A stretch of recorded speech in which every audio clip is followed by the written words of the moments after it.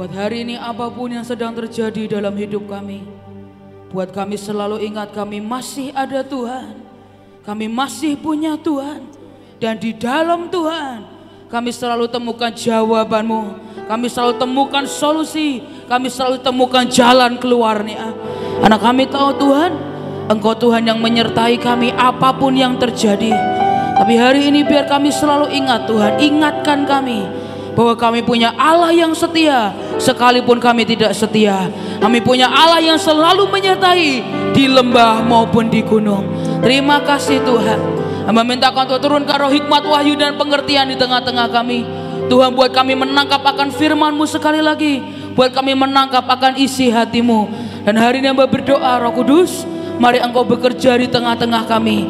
Biar hari ini kebenaran yang kami terima itu yang akan memerdekakan setiap kami. Terima kasih Tuhan. Kami kembalikan segala kemuliaan, sanjungan, hormat hanya kepadamu. Ini mimbar-Mu, ini acara-Mu, ini anak-anak-Mu Tuhan. Kau boleh bebas lakukan apapun yang Kau mau. Satu yang kami minta, jamah kami sekali lagi. Terima kasih Tuhan. Di dalam nama Tuhan Yesus Kristus. Dan semua yang siap diberkati sama-sama katakan amin. Shalom Bapak Ibu semua. Saudara, saya mengucap syukur saya hari ini boleh sekali lagi ada di tempat ini, di tengah-tengah saudara, dan menyampaikan akan pesan Tuhan. Saudara, ketika saya sungguh-sungguh berdoa untuk malam hari ini, saudara, dan tiba-tiba Tuhan arahkan ke saya ke satu khotbah. Dan Tuhan berkata, nak, ceritakan ini, sharekan ini. Dan saya berdoa biar apa yang akan saya sampaikan, saya berdoa biarkan itu mengalir dari hati Tuhan buat setiap kita. Saudara, ketika papa saya dibawa pulang Tuhan, ada begitu banyak orang yang memberikan saran dalam kehidupan saya. Tapi salah satu saran yang saya masih ingat setelah 7 tahun beliau pulang adalah saran dari Ibu Ripkah, saudara. Saudara, saya masih ingat waktu itu Ibu Ripkah datangi saya dan berkata, sama seperti Ishak harus menjalani sumur Abraham ketika Abraham sudah meninggal. Ini waktunya kamu untuk menjalani sumur dari papahmu. Kamu bisa mendapatkan semua warisan, kamu bisa mendapatkan semua yang terbaik dari papahmu. Tapi kamu harus mengalami Tuhan sendiri dengan menjalani sumur demi sumur. Saudara, dan saya tidak bisa buat-buat itu. Ketika saya berkata, Tuhan, aku mau jalani sumur demi sumur. Saudara, saya pernah ngobrol dengan Ciripka, saya berkata, Ci, kok aneh ya. Apa yang papa pernah alami, hari ini Sasa harus mengalami juga. Tapi saudara, meskipun caranya berbeda, cara Tuhan dengan setiap kita masing-masing berbeda, tapi kurang lebih mirip-mirip, saudara. Bahkan ada satu titik saya bilang ke Ciripka, saya bilang, Ci, kira-kira Sasa sudah sampai di sumur mana? Saya tanya. Saudara, tangan sekali lagi, Tuhan begitu luar biasa, Dia memproses setiap kita dengan luar biasa. Dan hari itu saya mulai mempelajari akan bagaimana seorang Ishak menjalani sumur demi sumur dari ayahnya, dari Abraham. Dan izinkan saya men-sharingkan apa yang Tuhan ajari dalam hidup saya. Mari kita buka sama-sama Kejadian 26 ayat yang pertama sampai ayat yang ke-6. Kejadian 26 ayat yang pertama sampai ayat yang ke-6. Maka timbullah kelaparan di negeri itu. Ini bukan kelaparan yang pertama yang telah terjadi dalam zaman Abraham. Sebab itu Ishak pergi ke Gerar kepada Abimelekh, raja orang Filistin. Lalu Tuhan menampakkan diri kepadanya serta berfirman, janganlah pergi ke Mesir, diamlah di negeri yang akan kukatakan kepadamu. Tinggallah di negeri ini sebagai orang asing, maka aku akan menyertai engkau dan memberkati engkau. Sebab kepadamulah dan kepada keturunanmu akan kuberikan seluruh negeri ini, dan aku akan menepati sumpah yang telah kuikrarkan kepada Abraham ayahmu. Aku akan membuat banyak keturunanmu seperti bintang di langit. Aku akan memberikan kepadamu keturunan seluruh negeri ini, dan oleh keturunanmu semua bangsa di bumi akan mendapat berkat. Karena Abraham telah mendengarkan firmanku dan memelihara kewajibannya kepadaku, yaitu segala perintah, ketetapan dan hukumku. Jadi tinggallah Ishak di Gerar. Saudara, ketika saya baca ayat ini, saya menyadari bagaimana Tuhan kita adalah Tuhan yang memegang perjanjian dari keturunan demi keturunan yang lainnya. Saudara, saya menyadari akan bagaimana begitu banyak kisah di Alkitab. Setiap kali Tuhan membuat sumpah kepada Abraham, Tuhan tidak hanya berhenti kepada Abraham. Bahkan hanya karena kewajiban, hanya kebaikan, karena kebenaran seorang Abraham, keturunannya menikmati akan berkat Tuhan. Saudara, saya melihat sampai hari ini, apa yang papa saya tabur, apa yang papa saya lakukan, apa yang papa saya korbankan, hari ini anak dan cucunya menikmati semuanya itu. Saudara, dan itu membuat seringkali saya merefleksi akan diri saya dan saya berkata, Sah, reaksimu hari ini, responmu hari ini akan menentukan berkatmu yang akan mengalir untuk anak dan cucumu. Saudara, kalau saudara lihat Daud, bagaimana Tuhan berkata begitu banyak, kenapa Tuhan memberkati kamu? Karena aku mengingat hambaku Daud. Kenapa Tuhan melakukan ini? Karena aku mengingat hambaku Daud. Hari itu hal yang sama datang kepada Ishak. Ishak, aku akan memberikan semua berkat. Kenapa? Karena Abraham ayahmu.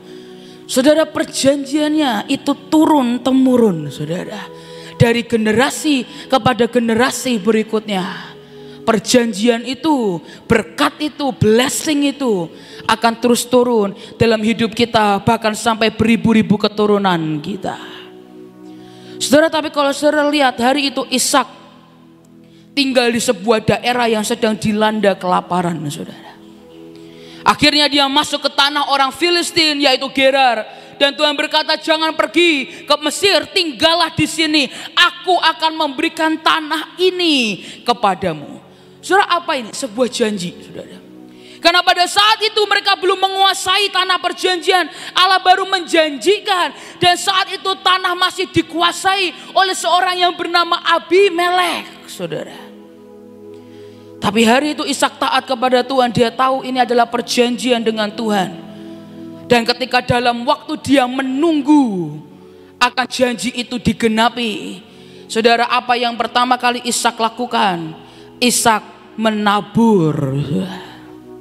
Di Kejadian 26 ayat yang ke-12 Alkitab berkata, maka menaburlah Ishak di tanah itu, dan dalam tahun itu juga ia mendapat hasil 100 kali lipat, sebab ia diberkati Tuhan. Saudara, dan ini yang saya pelajari, tidak ada tuaian, tidak ada pemulihan sebelum ada taburan, saudara. Tidak ada kebangkitan sebelum ada kematian. Tidak mungkin kita ke atas kalau tidak kita ke bawah terlebih dahulu. Tidak ada panen tanpa kita belajar untuk menabur. Bukan hanya masalah materi, tapi bahkan seluruh hidup kita rela ditaburkan pada jalan kehendak Tuhan yang sempurna. Saudara, dan orang Kristen yang belajar menabur dengan hidupnya, suatu kali ia akan menuai kemuliaan dan pemulihan dalam hidupnya. Saudara, saya selalu bilang kepada anak-anak muda yang melayani Tuhan, saya berkata, apa yang kalian lakukan hari ini, kalian sedang menabur untuk kemuliaan Tuhan. Mungkin kalian gak punya uang, mungkin kalian belum punya harta benda, tapi kalian sedang menabur dengan semua hidupmu, dengan waktumu, dengan tenagamu. Dan percayalah, suatu saat engkau akan menuai kemuliaan dan pemulihan dalam hidupmu.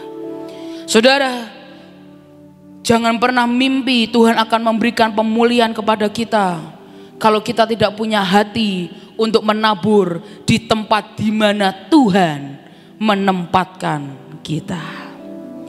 Yesaya 32 ayat yang ke-15 sampai ayat yang ke-20. Yesaya 32 ayat yang ke-15 sampai ayat yang ke-20.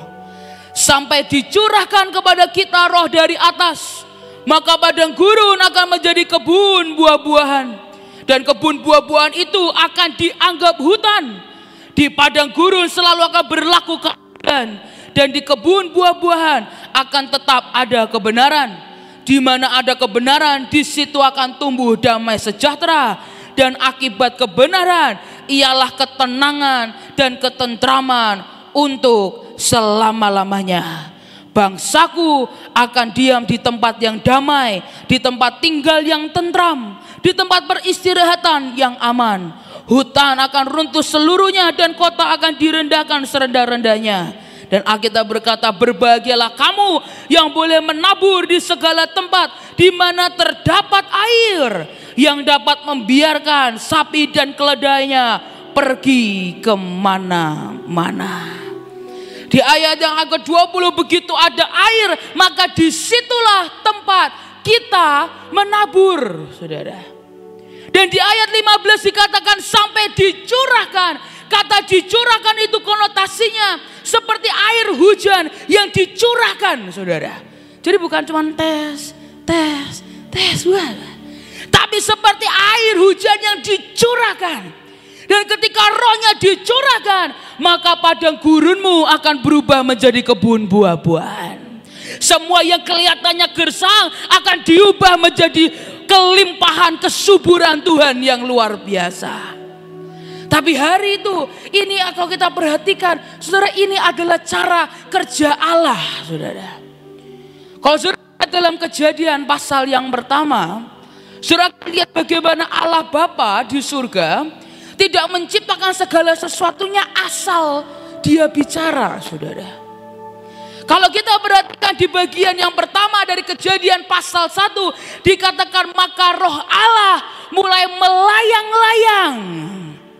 Dan roh Allah mulai bergerak, dan disitulah Bapa berkata jadilah terang. Ketika rohnya itu mulai melayang-layang, setelah itu Bapa mulai berkata jadilah terang, dan apa yang diucapkan itu terjadi. Apa yang kita mengerti, saudara? Di mana rohnya itu bergerak, di mana rohnya mengarahkan kita, disitulah kita mengikuti, saudara. Alkitab berkata hati raja itu seperti batang di aliran air yang mengikuti kemanapun arus sungai itu. Hati seorang raja adalah hati yang mudah mengikuti kemana roh Tuhan itu bergerak, saudara. Dan seringkali kemana roh Tuhan bergerak itu tidak seperti yang kita harapkan, saudara. Kenapa? Karena seringnya mengkagetkan, saudara. Saudara, ketika saya masih ingat tahun lalu, saudara, saya berdoa di tempat di mana Tuhan itu memberikan visi dalam hidup saya tentang Harvest Center, saudara. Saudara, ketika saya berdoa di sana, tiba-tiba saya tahu ada roh Tuhan dalam hadir, dan hadiratnya begitu kuat. Saudara, ketika itu tiba-tiba saya tahu pribadinya duduk di sebelah saya minggir dari keramaian, saya duduk sendirian, saudara. Dan ketika itulah tiba-tiba ada suara yang lembut yang berkata, aku mau kamu buat tenda lawatan. Saudara, dan hari itu kepikiran gak sah? Sejujurnya gak pernah kepikiran, saudara. Saudara, dan hari itu saya masih ingat, saya cuma berkata, ya Tuhan, kalau engkau mau aku buat tenda lawatan, aku akan buat tenda lawatan. Dan suaranya spesifik, saudara. Buatlah pertama kali di Timika, Papua. Saudara, dan hari itu saya tidak mikir panjang, saya cuma berkata oke, Tuhan. Saudara, saya kembali, saya ngobrol dengan semua, saya berkata Tuhan suruh kita buat tenda. Saudara, dan saya berkata, dan Tuhan suruh pertama kali kita buat di Timika. Saudara, dan sejujurnya ke Timika aja mahal, saudara. Tiketnya saja sudah mahalnya luar biasa. Saudara, hari itu saya udah mikir lagi, ini tendanya gimana ya, saya coba buat di Semarang. Dan belum berhasil, saudara, waktu itu. Tapi saya masih ingat waktunya sudah mepet. Saudara, kita harus pergi itu tanggal berapa ya? Bulan apa aja? Bulan Mei, saudara. Dan ketika di bulan Mei itu sudah begitu mepet, kami coba oke lah kalau nggak bisa bawa tenda dari Semarang, cari tenda di sana. Saudara, hamin 2 minggu, kami masih belum dapat tendanya, saudara. Kami sudah mau berangkat, tendanya masih belum ada. Tapi brosur sudah nyebar kemana-mana, saudara. Dan saya berkata, nggak lucu dong ditulisnya tenda lawatan, tapi tidak ada tendanya, saya berkata. Tapi Tuhan jelas berkata kok buat tenda lawatan. Di bayangan saya, itu saya bawa sendiri, saudara. Saudara, tapi ternyata Tuhan itu ajaib, saudara. Kami sampai ke sana, saya kirim beberapa anak buah saya hampir sebulan di sana. Saudara, mereka putar satu Timika, satu kota diputarin, saudara, cari jiwa-jiwa dan segala macamnya. Saudara, dan sekali lagi saya melihat apa? Saya melihat penyertaan Tuhan, saudara. Di di tempat yang paling gersang, di tempat yang paling tidak mungkin, ketika rohnya dicurahkan dan kita ikut dan kita tabur, padang gurunmu akan berubah menjadi kebun buah-buahan. Saudara, ketika kita sampai sana, saudara tahu yang ajaib, kita temukan satu vendor yang bisa buat tenda seperti yang kita mau. Dan besoknya ketika kami ketemu, besoknya dia sudah mau pulang ke Jawa. Jadi kalau dia pulang ke Jawa, bisnisnya tutup. Saudara, hari itu kami datang, Pak, saya juga orang Jawa. Pak, kami juga orang Jawa. Tolonglah Pak, acaranya tinggal sebentar lagi. Tolong Pak, bisa gak buat tenda ini? Dan hanya satu-satunya di Papua yang bisa, cuman dia, saudara. Saudara, dia baik sekali, puji Tuhan. Dia berkata, oke, kami tolong saudara. Dan dia tolongi kami, dia bagus semuanya, dirapikan semua. Kami mengucap syukur ada TNI yang membantu kami.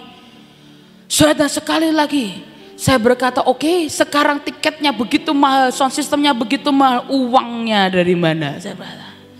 Dan hari itu saya masih ingat, saya doa ke Tuhan, saudara. Saya berkata begini, Tuhan, nakal saya, saudara.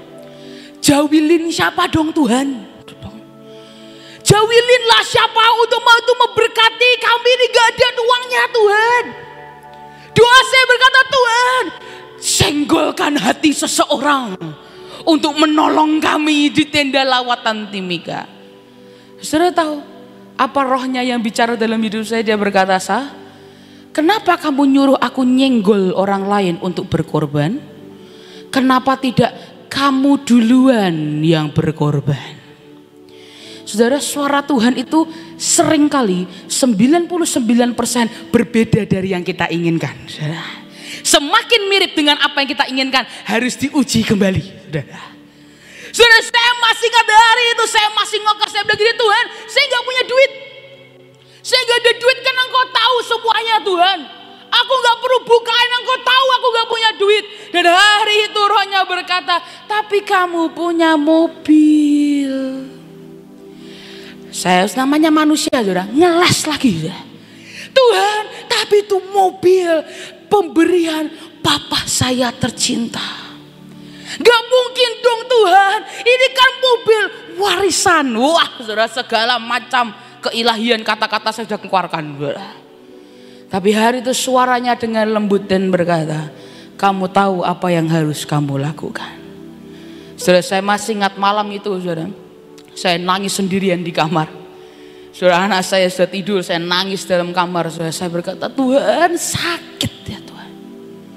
Kok rohmu kok bergeraknya kok dimana aku harus menabur kok gak enak banget Tuhan. Tapi di situ saudara saya berkata, ya Tuhan, aku kasih ke Engkau mobilku. Tapi bentar ya Tuhan, ini loh berurusan sama daging ini loh. Sulitnya luar biasa. Tapi hari itu saya tahu, saya berkata saya harus letakkan itu di hadapan Tuhan. Saudara, dan hari itu saya masih ingat jam subuh saya chat kokoh ipar saya berkata, Koh, tolong jualkan mobil saya ini dengan cepat. Saya berkata, sebelum saya berubah pikiran. Saya berkata, saudara, kita tuh kalau dengan Tuhan tuh jangan terlalu lama. Kalau terlalu lama itu rongga untuk kita berubah pikirannya cepat. Saudara. Belum nanti kalau berkata, bentar Tuhan, aku tak nyari hamba Tuhan dulu, konfirmasi dulu. Wah saudara, tambah lama saudara, enggak selesai-selesai.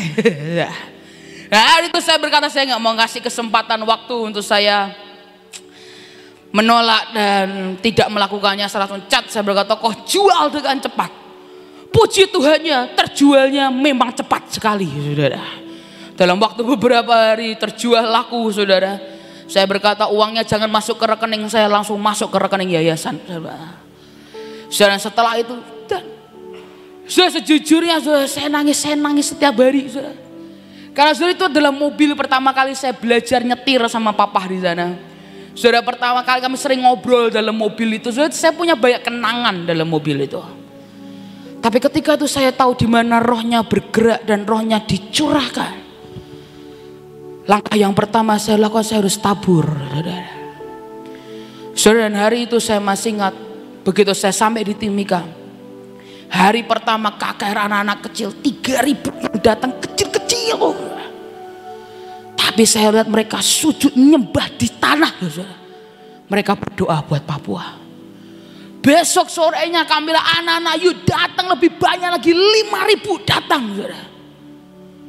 Dan saya lihat kerja Tuhan, manifestasinya Tuhan luar biasa. Besoknya KKR umum, kita ini sudah tidak tanggung-tanggung, sudah KKR sehari nggak ada duit, karena sehari nggak ada duit kita buat 6 hari, saudara. Mau sama-sama tidak ada duitnya, saudara ya, buat 6 hari kita, saudara. Dan hari demi hari tambah banyak, saudara.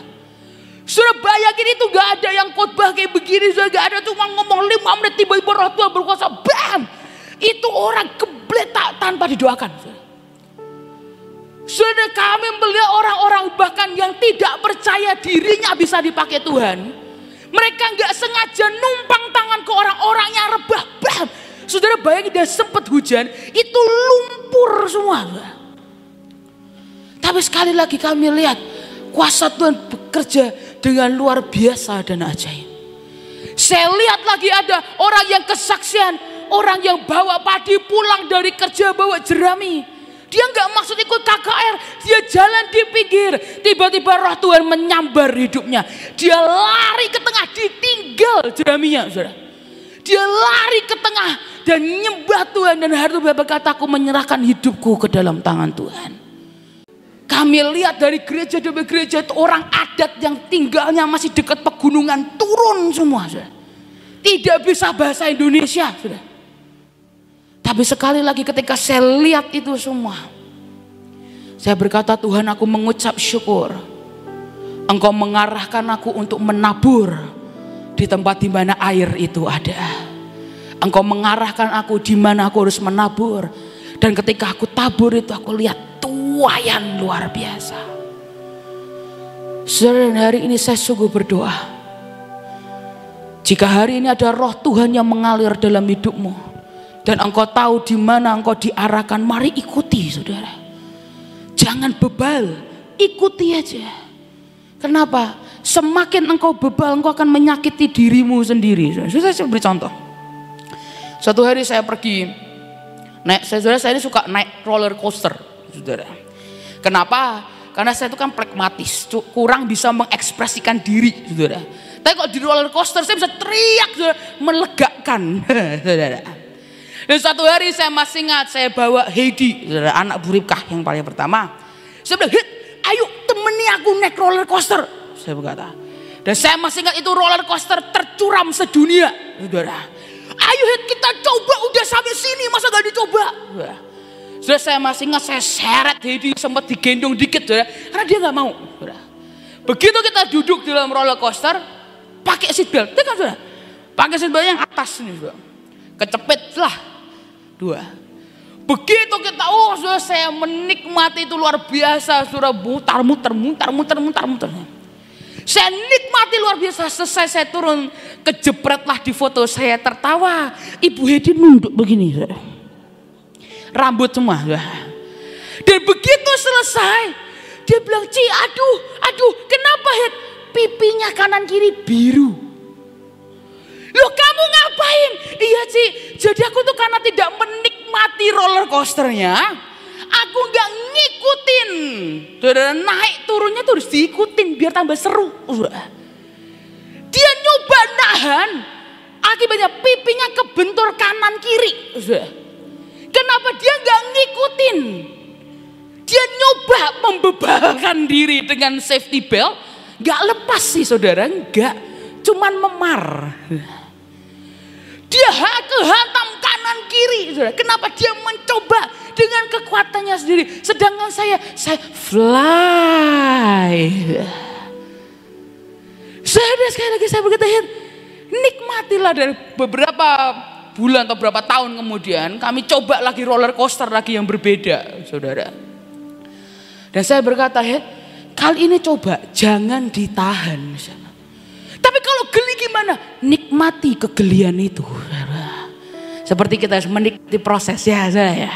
Nikmati aja. Lu kalau gelibat, nikmati saja. Teriak-teriak aja, tapi jangan ditahan. Jangan mencoba melawan arah. Coba, saudara. Selesai. Memang geli-geli lebih geli, saudara. Tapi tidak ada memar di kanan kirinya. Dan dia mulai berkata, wah ternyata enak juga ya Ci, puji Tuhan. Sudah bisa mengerti itu? Setiap kali kita bebal, memar, saudara. Biar hari ini saya berdoa, mari nikmati kemanapun rohnya memerintahkan kita. Mari nikmati kemanapun rohnya mengarahkan kita. Biarkan hati seorang raja dia dapati di tengah-tengah kita. Hati yang mengikuti kemanapun arus sungai itu berada. Tanpa bebal, tanpa bersungut-sungut, tanpa debat, saudara. Tapi menjadi orang yang berkata, Tuhan kemana rohmu pergi, aku akan mengikuti. Dan ketika kita menabur, disitulah padang gurunmu akan berubah menjadi kebun buah-buahan. Saudara, tapi ini yang saya juga melihat dari seorang yang bernama Ishak. Saudara, Ishak baru menabur setelah Abimelekh memberinya rasa aman, saudara. Saudara, dan sesungguhnya rasa aman yang bukan dari Tuhan, suatu saat rasa aman yang sama akan mengambil sesuatu dari hidup kita, saudara. Ketika Ishak menaruh rasa aman pada Abimelekh, dan kita tahu Abimelekh mengusir Ishak dan mengambil apa yang Ishak punya. Rasa aman yang kita tidak dapatkan di Tuhan, rasa aman yang bukan dari Tuhan, suatu saat rasa aman yang sama akan mengambil sesuatu dari hidup kita. Jika rasa aman kita ada pada uang, suatu saat uang akan mengambil sesuatu dari kita. Rasa aman kita pada manusia, suatu saat manusia itu akan mengambil sesuatu dari kita. Kalau kita bangun rasa aman kita dari perkataan orang dan perilaku manusia, suatu saat perkataan dan perilaku manusia juga akan meruntuhkan rasa aman kita. Saudara, ketika itu saya berkata, ya Tuhan. Ketika kita bangun rasa aman kita dengan uang, dan ketika uang itu hilang, rasa aman kita pun ikut hilang. Ketika kita bangun rasa aman kita dari perkataan manusia, ketika perkataan manusia itu hilang, rasa aman kita pun juga akan hilang. Sedangkan saudara, hidup itu sungguh luar biasa dan ajaib, saudara. Dan hidup kita mungkin akan Tuhan membuat kita mengalami begitu banyak rintangan, begitu banyak proses, begitu banyak didikan. Dan jika kita tidak menaruh rasa aman kita di dalam Tuhan, suatu saat rasa aman itu akan mengambil sesuatu dari kita. Saudara, bukan hari saya berkata uang itu tidak perlu, enggak semua orang perlu uang kok, saudara. Tapi bisakah kita tidak bangun rasa aman kita pada uang kita? Dan ketika uang itu tidak ada, bisakah kita tetap berkata, Tuhan aku tetap memilih untuk percaya kepadamu? Hari itu Ayub adalah bukti yang paling nyata. Dia tidak menaruh rasa amannya pada keluarganya. Dia tidak menaruh rasa amannya pada harta bendanya. Dia tidak menaruh rasa amannya kepada teman-temannya, saudara. Dia menaruh rasa amannya mutlak hanya di dalam Tuhan. Bahkan dia tidak menaruh rasa aman pada kesehatannya, saudara. Karena detik semuanya diambil, ketik semuanya hilang. Saudara, Ayub itu bahkan ada perkataan yang sampai hari ini memberkati saya. Dia berkata begini, aku ke utara dan aku tidak temukan Tuhan. Aku ke timur, aku ke barat, aku ke selatan dan aku tidak menemukan Tuhan. Tapi setelah ayat itu firman-Nya Ayub berkata, tapi aku tahu Tuhan tahu jalan hidupku. Kenapa? Rasa aman Ayub ada di dalam Tuhan, saudara. Membuat ketika apapun yang terjadi, dia tidak kehilangan kepercayaannya kepada Tuhan. Saudara, saya belajar ini dengan cukup keras. Kenapa, saudara? Tanpa saya sadari saya taruh rasa aman saya di mana? Di dalam diri papa saya, saudara.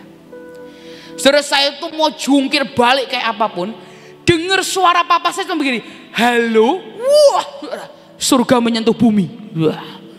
Tiba-tiba saya bisa tenang, aman, tentram, sukacita, dan saya tahu everything's gonna be okay. Semua akan baik-baik aja. Cuman hanya kata halo. Dan begitu beliau hilang, saya kayak orang kelimpungan gini. Sampai suatu saat saya sadari ini, saya berkata, Tuhan ya.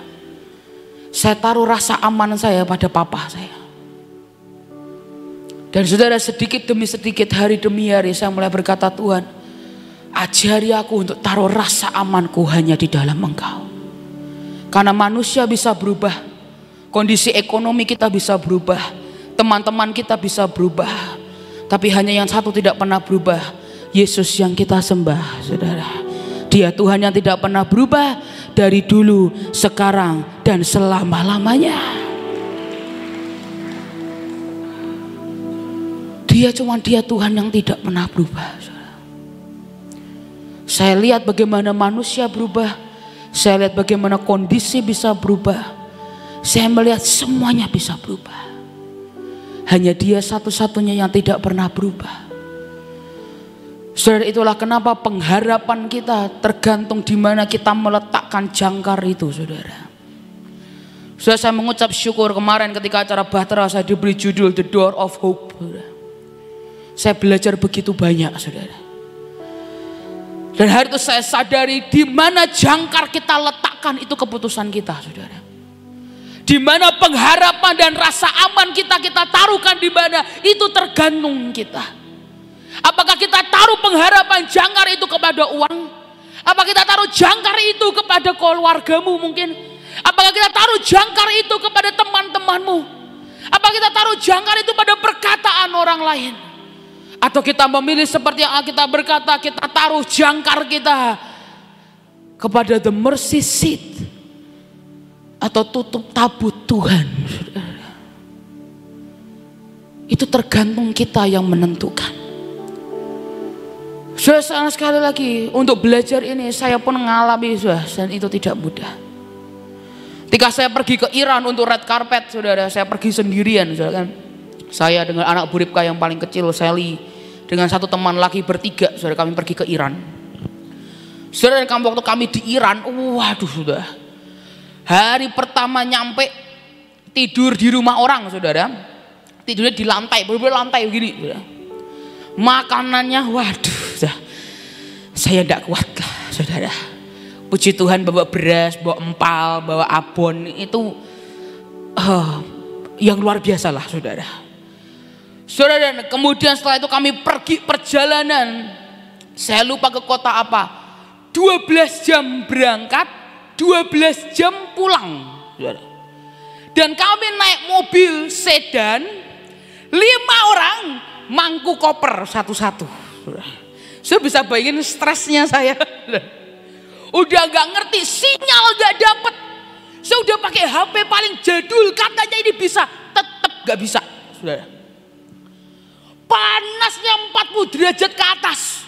AC mobil boleh dingin, buka pintu 1 detik hilang semua dinginnya, saudara. Kami di sana terpaksa kalau minum, saudara, kayak cool box. Kan kalau kita kan cool box, es batu, minuman masih botol ya, saudara ya. Ini enggak, botolnya dibuka, airnya dikocotin, dikeluarin di cool box, saudara. Minumnya apa? Pakai gelas ginian, saudara. Dicetok gini. Enggak ada marker, nggak bisa nulis ini punya siapa, ini punya siapa. Jadi berlima minum gelas ya campur aduk. Nggak tahu itu idunya siapa, nggak tahu. Campur aduk, pokoknya yang penting nggak ngelak. Dan di Iran hebatnya tidak ada air. Minumannya kebanyakan beralkohol, saudara. Saya pulang sempat tidur nggak kerasa karena minum alkohol sedikit. Kenapa? Nggak ada air putih. Saya bisa membayangkan stresnya. Sudah kami pergi 12 jam ke sana, berangkat, doa dan segala macam. Nggak nginep, pulang lagi 12 jam, naik mobil, saudara. Kami pergi ke kota lagi, ke tempat makam Esther dan Mordekai, saudara. Yang nyetir, bundet sakar-karep PDW. Muter kota itu lebih dari 3 jam, 5 jam. Nggak tahu jalan, disuruh tanya nggak mau, saudara. Bahasa Inggris terbatas, you and me and you, selesai, saudara. Yang lain body language, saudara. Saya tanya ini daging apa aja gak bisa dijawab. Terakhir dia jawab kurang lebih saya nebaknya daging unta. Kurang lebih lah saudara. Jadi dia ngasih bentukan binatang rada aneh soalnya saudara. Jadi saya nggak bisa ngerti itu binatang apa yang dia masak. Saya keluar panas 40 derajat di atas, nggak boleh pakai, cewek itu nggak boleh pakai lengan pendek begini saudara. Harus lengan panjang, celana panjang, sepatu harus pakai kerudung. Saya bisa bayangin 40 derajat. Tidak boleh sama sekali, nggak boleh. Kalau kamu ketahuan, pasti masuk polisi. Nggak boleh. Jadi bayangin panas-panas, kita harus pakai lengan panjang, celana panjang, sepatu, kerudung lagi, saudara. Sebenarnya saya stres, saya udah nangis di hari keberapa, saya udah nangis pengen pulang. Sudah sampai hari itu, tiba-tiba kami naik ke atas gunung, barulah ketemu sinyal di situ, saudara. Saya ketemu sinyal, saya coba telepon papa saya berkali-kali, puji Tuhannya nyambung. Dan katanya saya dengar cuma apa? Halo Sa. Saudara, saya tuh dari yang sudah bertek tiba-tiba bentar lagi meledak nih saudara. Tiba-tiba senyum ketawa lebar. Everything okay. Semua akan baik-baik saja. Semua akan oke. Hanya dengan apa? Halo Sa. Terus hilang lagi sinyalnya. Cuman begitu. Itulah kenapa waktu itu saya masih ingat Ibu Nani mau pergi ke Iran juga saudara. Papa bilang, Sah kamu nemeni Mak Cuk ya? Yakin Bi? Temani Mak Cuk? Ya udah kalau memang ini yang Tuhan mau boleh wes, saya berkata. Karena saya percaya nggak akan naik mobil sedan kecil 12 jam itu tidak mungkin saudara ya. Tapi harus saya bilang Papi, puji Tuhan sampai sekarang belum kejadian saudara ya, puji Tuhan. Rada-rada gimana gitu saya balik sana itu saudara. Saya bisa masuk ke Iran aja puji Tuhan saudara. Tapi sekali lagi kita bisa dengan orang bisa seperti itu. Kenapa? Saya taruh rasa aman saya di papi saya saudara. Cuman beliau berkata halo Sa, everything's gonna be okay, semua akan oke. Tapi begitu Tuhan ambil papi saya, wah saya orang kelimpungan gitu. Tiap kali ada masalah stres, mah kena terus, lambung kena terus. Tapi ketika Tuhan mulai ajari saya kamu harus shift. Kamu sudah tidak boleh lagi taruh rasa amanmu dalam hidup seseorang. Taruh rasa amanmu mutlak hanya di dalam Tuhan. Taruh pengharapanmu mutlak hanya di dalam Tuhan. Karena itulah yang akan menjadi unshakable hope. Pengharapan yang tidak bisa digoncangkan saudara. Karena kita memilih, kita taruh jangkar kita ikatkan pada mercy seat. Kita taruh dalam hadirat Tuhan. Saudara, mari jangan menabur hanya karena rasa aman. Mari menabur dalam kairos Tuhan, menabur dalam tuntunan roh Tuhan. Apapun yang akan terjadi di depan, mari jangan taruh rasa amanmu dan pengharapanmu pada orang lain. Jangan taruh rasa amanmu pada barang apapun saudara. Tapi mari taruh rasa amanmu hanya di dalam Tuhan. Dan setelah hari itu Ishak mengalami itu semua saudara. Ishak mengalami yang namanya penolakan. Ternyata semuanya itu adalah fase atau proses dari rencana Tuhan saudara. Itulah kenapa sehari-hari ini Tuhan bilang kepada hidup saya, dia bilang nak semua yang terjadi dalam hidupmu adalah bagian dari proses Tuhan untuk kepada sebuah destiny, ke sebuah panggilan Tuhan yang luar biasa. Bahkan kejatuhanmu, kegagalanmu adalah bagian dari proses itu yang akan membawa kamu kepada pemulihan, yang akan membawa kamu kepada terobosan yang luar biasa.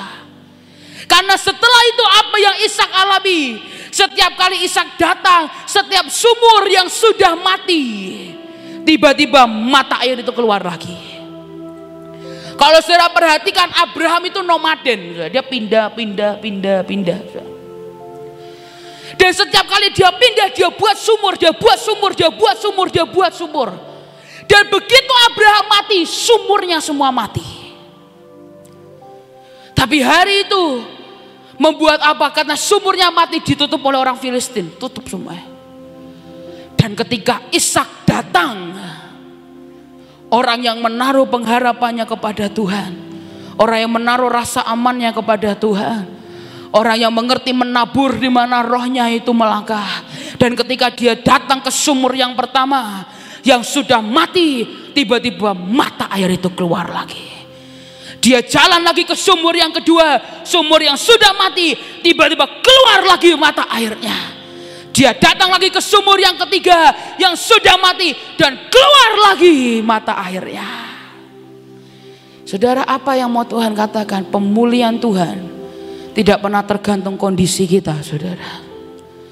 Jika hari ini kita mengikuti kemanapun roh Tuhan pergi, kita menabur dalam ketepatan, kita melakukannya karena rasa aman kita dalam Tuhan, kita taruh karena pengharapan kita dalam Tuhan, maka kemanapun engkau pergi, yang gersang tiba-tiba engkau akan melihat kehidupan, yang mati tiba-tiba engkau melihat kelimpahan, semua sumur yang sudah kering tiba-tiba engkau akan lihat mata air itu akan muncul kembali.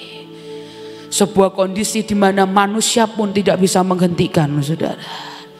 Dan disitulah pemulihan dari segala sesuatu akan terjadi dalam hidup setiap kita.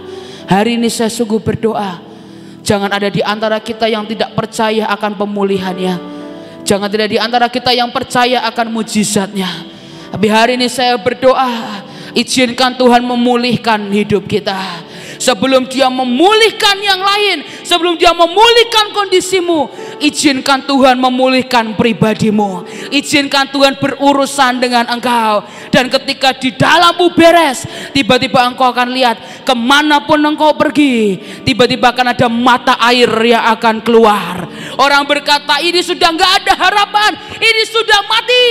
Tapi tiba-tiba ketika engkau datang karena Tuhan, tiba-tiba pemulihan itu akan terjadi dalam hidup setiap kita. Amin, saudara. Mari Alkitabmu saja bangkit berdiri sama-sama. Kita mau sembah Tuhan. Saudara, ini lagu sudah lama sekali, tapi lagu ini berkata, aku akan tetap memegang, aku yakin akan firman-Mu Tuhan. Dia berkata kuasa-Mu tak akan pernah berubah. Dan lagu ini berkata, selama matahari masih bersinar, ku tahu mujizat-Mu itu tetap ada dalam hidup setiap kita. Amin. Amin. Mari sekali lagi angkat tanganmu, mari keluar dari hatimu, mari nyanyikan lagu ini. Ku yakin akan firman-Mu Tuhan. Ya Tuhan Yesus, kuasa-Mu tak pernah berubah. Selama matahari masih bersinar, selama matahari masih bersinar, ku tahu mujizat-Mu tetap ada. Ku pegang teguh janji-Mu Tuhan, pegang teguh janji-Mu Tuhan. Ya Tuhan, meski tak ada alasan untuk berharap, selama bumi